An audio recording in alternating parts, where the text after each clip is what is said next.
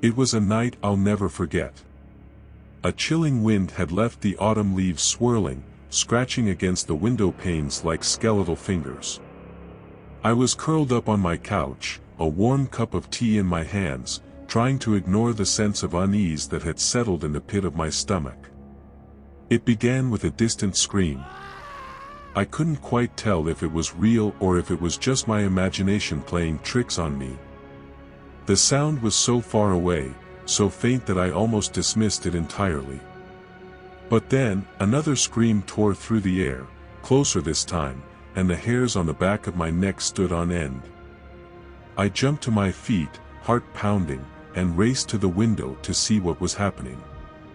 As I peered into the darkness, I saw him, a man, his face twisted in a grotesque grin, sprinting towards my house. My blood ran cold as he approached, his laughter ringing out like the cackle of a madman. The next few moments were a blur. I slammed the window shut, locked it, and raced around the house, securing every entrance I could think of. But I was too late. The sound of shattering glass echoed through the air, and I knew he had found his way in. I scrambled to find a hiding place, my heart pounding like a drum in my chest. I ran into the bathroom, slammed the door behind me, and locked it. I knew it was only a matter of time before he found me, but I had to try.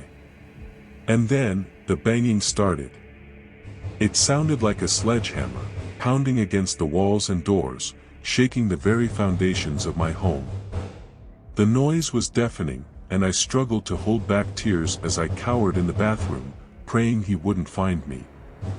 The banging was relentless, punctuated by his hideous laughter and the occasional gut-wrenching scream. I don't know how long I stayed there, pressed against the cold tile floor, my fingers gripping the edge of the sink until they turned white. Time seemed to lose all meaning, and my only focus was on staying as quiet as possible, hoping against hope that he would tire of his twisted game. Finally, the banging stopped. For a moment, I dared to hope that he had given up and left. But then, I heard the door handle rattle, and my heart sank.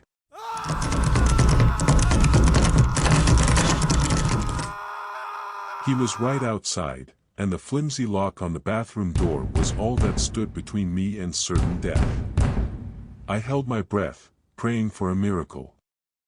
As the door handle continued to rattle, I heard something else, the distant sound of sirens. The police. My heart soared at the thought of rescue, and I clung to the hope that they would arrive in time. The sirens grew louder, and the rattling stopped. The deranged man must have realized that his time was running out, and I listened intently as his footsteps retreated, fading into the distance. I didn't dare leave the safety of the bathroom until the sirens were almost deafening. When the police finally arrived, I emerged from my hiding place, shaking and barely able to stand. I told them everything I had experienced, my voice trembling as I recounted the horrifying events of the night. They searched my home from top to bottom, but there was no trace of the deranged man. The broken window had been my only warning, and now it seemed as though he had vanished into thin air. As I later learned, it was my neighbor who had called the police. During the chaos, I hadn't even thought of reaching for my phone, but thankfully, my neighbor had heard the screams and the unrelenting banging. Alarmed by the commotion, they had dialed 911, hoping to put an end to the nightmare unfolding next door. It's hard to express the gratitude I felt towards my neighbor for their quick thinking. They had undoubtedly saved my life that night, and I made a point of thanking them profusely once I had regained some semblance of normalcy. In the end, the police found nothing. They promised to keep an eye on the neighborhood, but there was little they could do without any leads.